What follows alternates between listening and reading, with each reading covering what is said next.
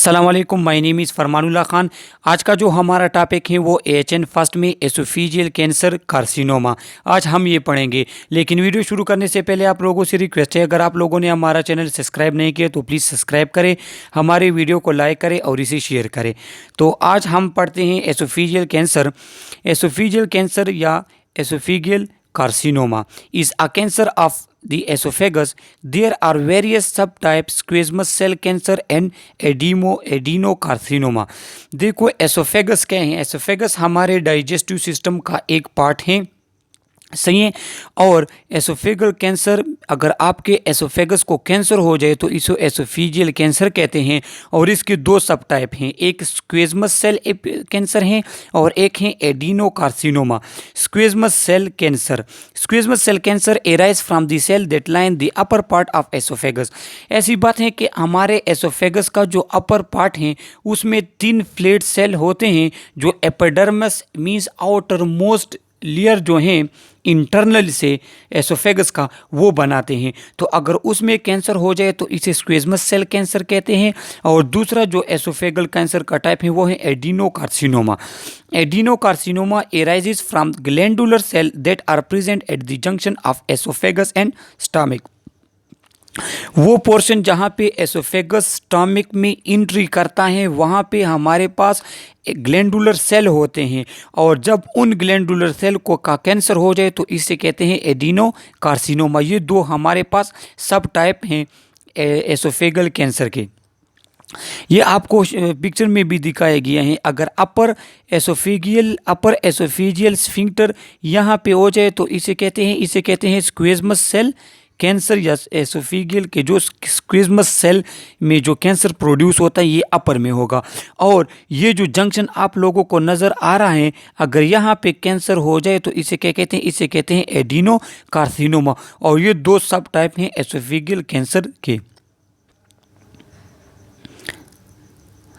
अब नेक्स्ट हमारे पास ये यहाँ पे भी दिखाया गया है कि ये कैंसर इस तरह होता है कि जब आप इस कैंसर की वजह से आपका जो एसोफेगस है उसके इंटरनल एबनॉर्मल सेल ग्रोथ हो जाती हैं। उसकी वजह से वो एसोफेगस जो है वो नैरो हो जाता है और आपके फूड वगैरह के पास होने में प्रॉब्लम होती हैं। नेक्स्ट इसकी इटियोलॉजी काज इसका क्या है? Squamous cell oesophageal cancer is caused by smoking and alcohol consumption. जो स्क्वेमस सेल एसोफेजियल कैंसर है वो या स्मोकिंग की वजह से होती हैं या अल्कोहल कंजम्पशन की वजह से होती हैं। बेरेट oesophagus a complication of GERD gastric oesophagus reflex disease. सही है, डिसऑर्डर या disease increase the risk for adenocarcinoma of the oesophagus. कहते हैं कि बेरेट एसोफेगस क्या होता है? हमारे इंटेस्टाइन के इंटरनली जो सेल्स होते हैं उसी शेप के सेल आपके एसोफेगस में प्रोड्यूस हो जाते हैं जो कि नॉर्मल नहीं है। तो तब आपके एसोफेगस को कहते हैं बेरेट एसोफेगस। और जब बेरेट एसोफेगस आपके पास होगा तो वो ये कॉम्प्लिकेशन है जर्ड की और गर्ड की एक कॉम्प्लिकेशन है और इसकी वजह से आपको एडिनोकार्सिनोमा होता है। ये एडिनोकार्सिनोमा का एक काज है। Other risk factor for adenocarcinoma of the oesophagus include male gender अक्सर स्मोकिंग वगैरह यूज़ करते हैं तो उसे हो सकता है। ओबेसिटी क्या होते हैं? ओबेसिटी आपकी वजह से आपके पास एडिनोकार्सिनोमा के जो चांसेस है वो ज़्यादा हो जाते हैं, क्योंकि ओबेसिटी की वजह से आपके जो एसोफेजियल स्फिंक्टर हैं उनका फंक्शन जो है वो कम हो जाता है, वो डैमेज होता है जो हो जाते हैं उसका फंक्शन। तो उस वजह से आपके पास एडिनोकार्सिनोमा काज होता है। स्मोकिंग तो आपको पता है जो कि कैंसर काज करता है। And the most important risk factor is exposure to asbestos and metal and low level of fresh food and vegetable. या आप कोई इस तरह के रेडियोएक्टिव मेटल को एक्सपोज होते हैं, एस्बेस्टॉस वगैरह को एक्सपोज होते हैं जो कि कैंसर काज करते हैं, उसकी वजह से होते हैं। या आप अगर फ्रेश फ्रूट्स और वेजिटेबल कम खाए तो वो भी एक काज है एसोफेजियल कैंसर के। अब यहाँ पे बेरेट एसोफेगस की डिफिनीशन की गई है, is a serious complication of GERD which stand for gastro oesophageal reflux disease. ये गर्ड जो है ये गैस्ट्रो एसोफेजियल रिफ्लेक्स डिजीज हैं एक, ये हम आगे पढ़ेंगे इंशाल्लाह और यूनिट्स में। In Barrett esophagus, normal tissue lining the esophagus, the tube that carries food from the mouth to stomach, change to tissue that resemble the lining of intestine. कि नॉर्मली आपके एसोफेगस में ट्यूब लाइक सेल्स होते हैं जिनका काम होता है food को ऊपर से स्टमक की तरफ ले जाना, लेकिन बेरेट एसोफेगस में ऐसा होता है कि आपके जो एसोफेगस के लाइनिंग सेल हैं वो चेंज हो जाते हैं इंटेस्टाइन के सेल पे। मींस इंटेस्टाइन में जो सेल हैं उसी शेप के सेल आपके एसोफेगस में रिसेंबल, मींस उसी शेप के सेल आपके एसोफेगस में प्रोड्यूस हो जाते हैं, तो वहाँ पे वो अपना काम नहीं देते और ये एक काज है हमारे पास एडिनोकार्सिनोमा का।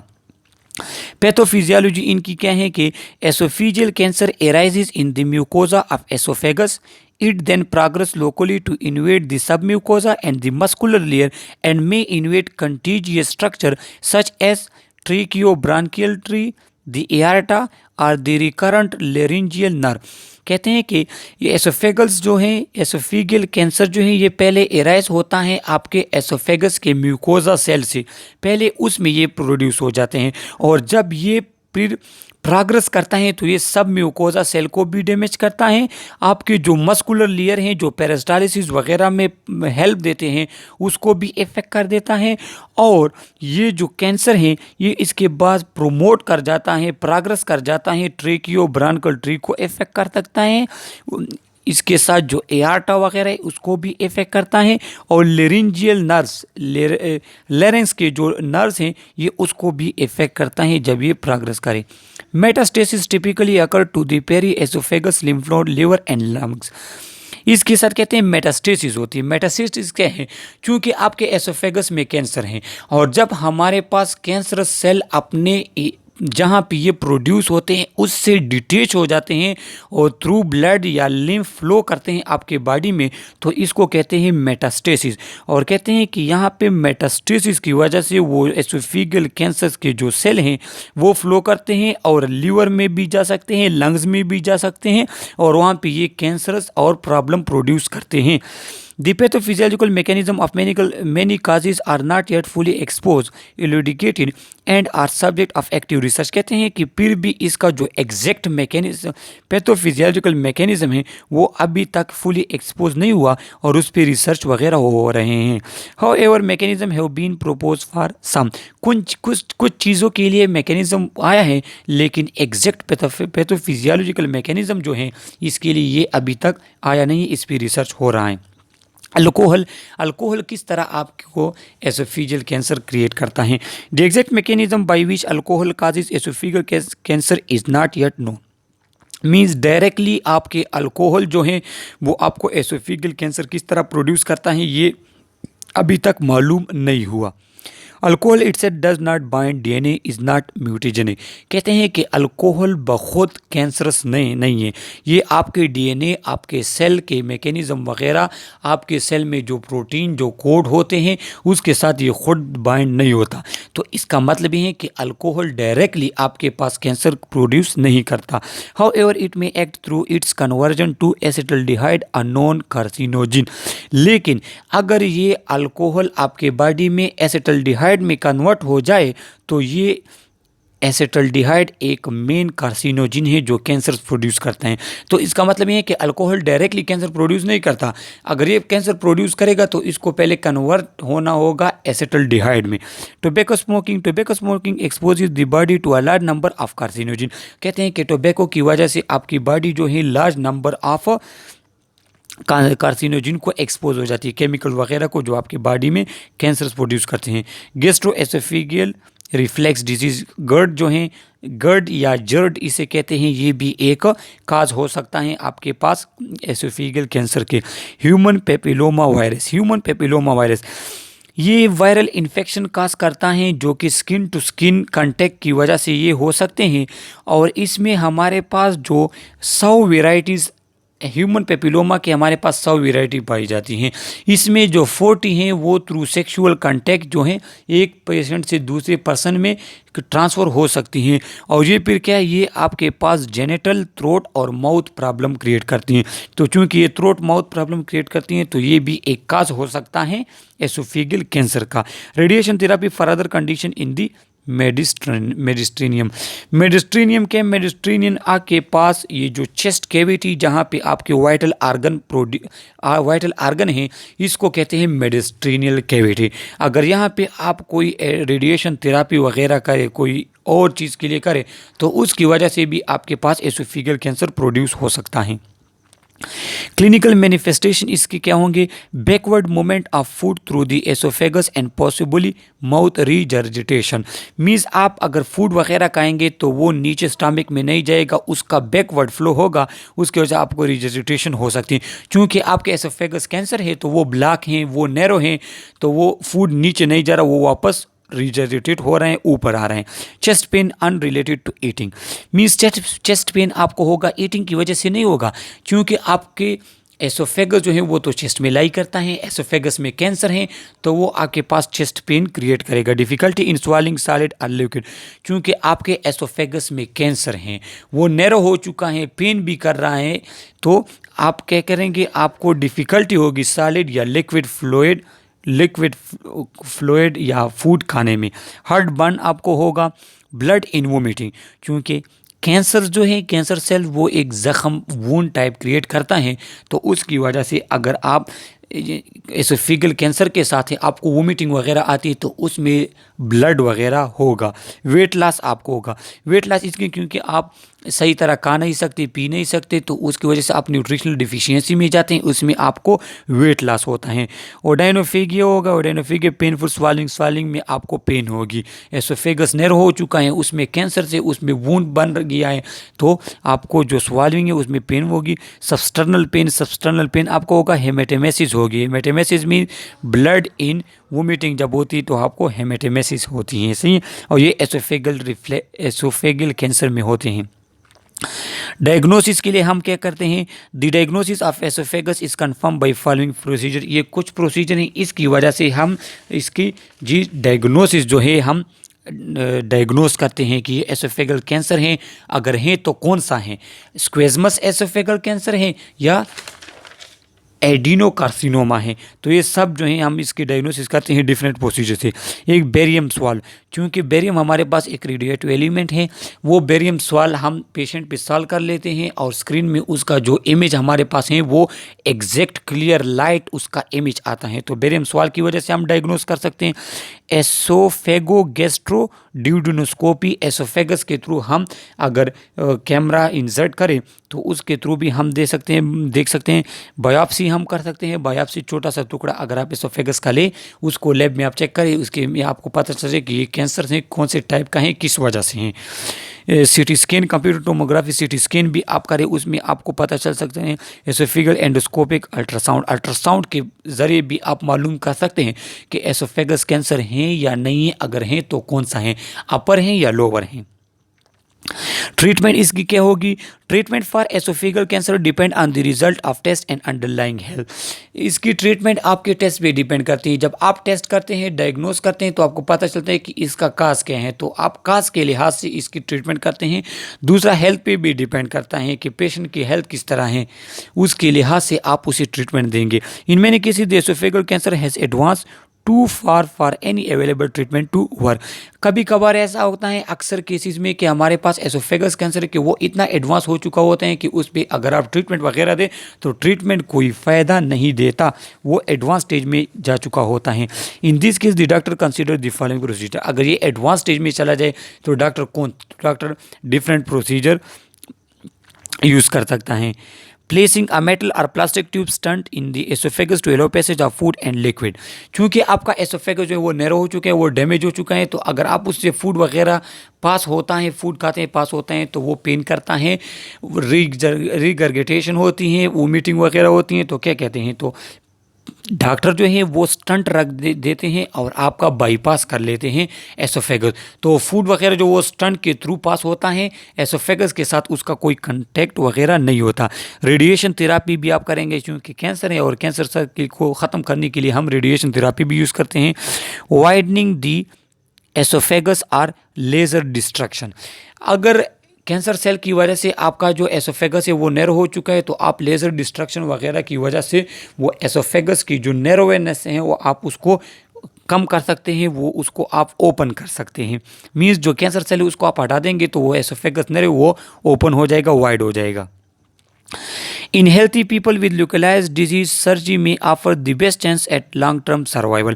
अगर लोकलाइज डिजीज़ है, लोकलाइज प्रॉब्लम है, तो आप सर्जरी परफॉर्म कर ले लॉन्ग टाइम सर्वाइवल के लिए, जो डैमेज पोर्शन आप उसको हटा दें। Following type of surgical procedure are use removing the disease portion of the oesophagus. Disease portion of oesophagus को हटाने के लिए, एसोफेगस का जो पोर्शन ख़राब है, जो कैंसर से उसको हटाने के लिए आप डिफरेंट सर्जिकल मेथड यूज़ कर सकते हैं। पहला है एसोफेगेस्टोमी, मीन्स आप पूरे एसोफेगस को हटा दें, एसोफेगस को हटा दें, क्योंकि वो कैंसर है, उसकी वजह से आपकी बॉडी में और भी कैंसर बढ़ सकता है, तो आप उसको हटा दें। एक ये प्रोसेस है, ये तरीका है। दूसरा है एसोफेगोगेस्ट्रोस्टोमी। क्या है? Resection of a portion of oesophagus and anastomosis of the remaining portion of oesophagus. आप ऐसा कर लेते हैं कि एसोफेगस का जो पोर्शन आपके पास डैमेज है, कैंसर सेल है, आप उसको कट कर लेते हैं और अपर और लोअर पोर्शन की एनास्टोमोसिस कर लेते हैं। एनास्टोमोसिस ये कि आप मीन्स दरम्यान वाला छोटा हिस्सा आपने रिमूव कर लिया, तो ऊपर और निचला जो सही हिस्सा रह गया है, तो आप इसको थ्रू सर्जिकल मिला लें। इस प्रोसेस को कहते हैं एनास्टोमोसिस, जहाँ पे डिफिनीशन भी लिखी गई है। The surgical formation of an artificial communication between oesophagus and the stomach. Means oesophagus का जो पोर्शन में प्रॉब्लम थी, मीन्स एडिनोकार्सिनोमा अगर आपको पास हो चुके हैं, तो आप उस पोर्शन को हटा देते हैं और एसोफेगस और स्टमक के दरमियान आप कनेक्शन कर लेते हैं, तो इसको कहते हैं एनास्टोमोसिस। तीसरा मेथड जो है वो है एसोफेगो enterostomy, resection of a portion of esophagus and anastomosis of segment of colon to the remaining portion.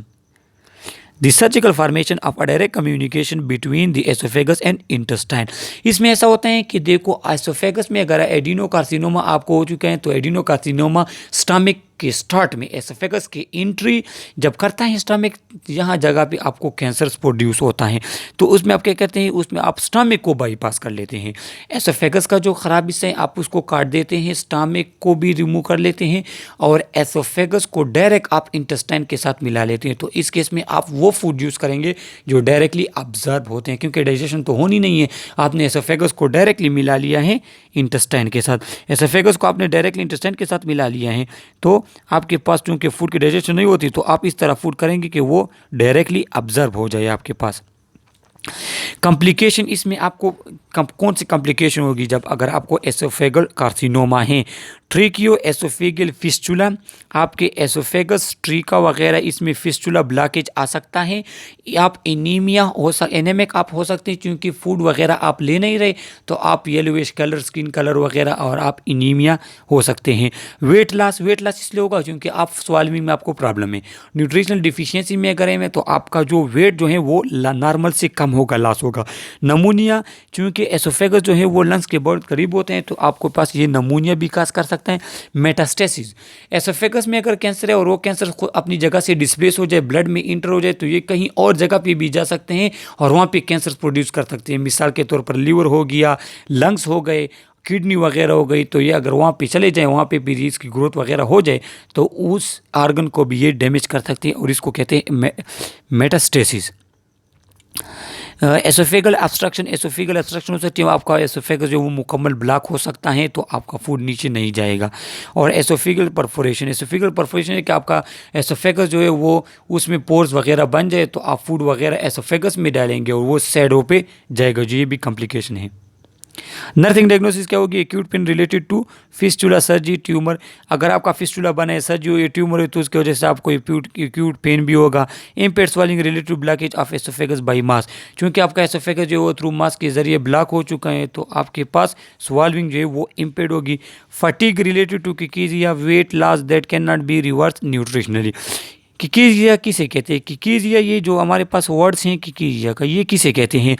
देखो, आपके पास जब न्यूट्रिशनल डिफिशियंसी में आप होते हैं तो चूंकि आपको ग्लूकोज की डिफिशियंसी होती है तो आपके मसल में जो स्टोर ग्लूकोज होता है ग्लाइकोजन के फॉर्म में, या आपके मसल जो प्रोटीनीशियस स्ट्रक्चर हैं तो उनकी ग्लूकोन्यूजेनिसिस स्टार्ट हो जाती हैं और वो आपके बॉडी में एनर्जी के थ्रू यूज़ होता है। उसकी वजह से आपका मसल का जो प्रोटीन पार्ट है, मीन्स जो स्ट्रक्चरल पार्ट हैं, वो ग्लूकोन्यूजेनिसिस की वजह से उसमें प्रोटीन की डिफिशियंसी आ जाती है और वो स्ट्रक्चर मसल्स आपके वेस्ट हो जाते हैं। और ये एक ऐसी प्रॉब्लम है जिसकी रिकवरी नहीं है, मीन्स ये न्यूट्रिशनल प्रॉब्लम जो है ये रिवर्स नहीं है होती, आप इसको रिवर्स नहीं करते। इस एक जगह आपको एक दफ़ा आपको ये हो गया, आपके मसल वीक हो गए तो आप वापस उसको रिकवरी नहीं कर सकते, और ये न्यूट्रिशनल डिफिशियंसी की वजह से होती है। यहाँ पे डिफिनीशन भी लिखी हुई है कि weakness and wasting of the body due to severe chronic illness, means severe chronic illness की वजह से आपके बॉडी में वीकनेस आ जाती है और मसल जो है वो वेस्ट हो जाते हैं। Imbalance nutrition less than body requirement related to dysphagia. Dysphagia ऐसा है कि अगर आप बातें वगैरह करते हैं या आप कोई स्वालिंग है, आपको प्रॉब्लम है, तो उसकी वजह से आपको न्यूट्रिशनल डिफिशियंसी में भी आप जा सकते हैं। Risk of for aspiration related to dysphagia means अगर आप खाने के दौरान थोड़ी सी भी इधर उधर बातें वगैरह करते हैं और आपका एसोफेगस जो है वो परफोरेटेड है, उसमें कोई प्रॉब्लम है, तो उसकी वजह से आपको एस्पायरेशन हो सकती है। आपका फूड जो है वो ईयरवे के ज़रिए जा सकता है और एस्पायरेशन आपको हो सकती है, जो कि बहुत बड़ा प्रॉब्लम है। नर्सिंग इंटरवेंशन क्या होगी? Give analgesic to relieve pain, आप पेन रिलीव करने के लिए एनाल्जेसिक देंगे, एनाल्जेसिक पेन किलर हैं। Put up NPO sign and advise staff of patient NPO status to ensure that patient does not aspirate. एनपीओ कहते हैं नथिंग पर ओरल, आप उसको प्रिस्क्राइब करेंगे, आप उसको स्ट्रिक्टली कहेंगे आपने थ्रू माउथ कोई चीज़ नहीं लेनी, क्योंकि अगर माउथ के ज़रिए वो तो कोई चीज़ ले उसके साथ उसे एस्पायरेशन हो सकती है, और एस्पायरेशन में अगर आपके पास एयरवे में कोई फ्लूइड वगैरह जाता है तो इसकी वजह से एस्पायरेशन, और एस्पायरेशन की वजह से डेथ भी आपको हो सकती है। Be alert to sign and symptom of aspiration since aspiration is very serious and can cause death. अगर कोई फूड वगैरह ले रहे हैं तो आपने देखना है एस्पायरेशन हो रही नहीं। एस्पायरेशन के साइन क्या है कि वो जो अगर किसी पर्सन को एस्पायरेशन होती है तो वो स्वेटिंग उस पर आ जाती है, मीन्स उस पर पसीना जाता है, उसका फेस जो वो रेड हो जाता है, सही है। तो आप देखेंगे अगर एस्पायरेशन होती है तो आप उस एस्पायरेशन को डायरेक्टली ट्रीट करेंगे, उसको प्रिवेंट करेंगे एस्पायरेशन को, क्योंकि एस्पायरेशन हमारे पास क्या करता है, हमारे पास डेथ भी खास कर सकता है। Weigh client weekly to have help evaluate nutritional status making sure the client is educated nationally. अगर आप उसका न्यूट्रिशनल स्टेटस चेक करने के लिए आप उसको हर वीक में उसका वेट चेक करेंगे, ताकि आपको पता चले कि वो न्यूट्रिशनल स्टेटस उसका कैसा है, न्यूट्रिशनल डिफिशियंसी में तो नहीं जा रहा। Advise the patient for upright position to prevent regurgitation of fluid. जब भी वो पेशेंट जो है वो कोई फूड वगैरह लेता है या कोई ड्रिंक वगैरह लेता है तो आप उसे कहेंगे कि आपने अपराइट पोजीशन में ये फूड वगैरह लेने। अगर वो लेटते हुए ये फूड या थ्रू एनजी ट्यूब या थ्रू जो भी ट्यूब वगैरह या थ्रू ओरली कोई चीज़ लेता है तो आप उसे कहेंगे कि आप उसे सिटिंग पोजीशन में लेंगे, लेटे हुए आप नहीं लेंगे, क्योंकि अगर आप लेटे हुए हैं कोई चीज़ खा रहे हैं या कोई पी रहे हैं तो उसके साथ आपको एस्पायरेशन हो सकती है। तो एस्पायरेशन और रिगर्गिटेशन को प्रिवेंट करने के लिए आप उसको कहेंगे कि आपने फूड फीडिंग के दौरान आपने बैठना है। ये हमारे पास नर्सिंग इंटरवेंशन है। ये हमारे पास लास्ट स्लाइड है। इंशाल्लाह इसमें अगर कोई प्रॉब्लम वगैरह है तो आप मुझसे पूछ सकते हैं। आप हमारा चैनल सब्सक्राइब करें, लाइक करें और हमारे वीडियो को शेयर करें। इंशाल्लाह हम पूरा के पूरा नर्सिंग का जो कोर्स है इसको वीडियो फॉर्म में अपलोड करेंगे। थैंक्स।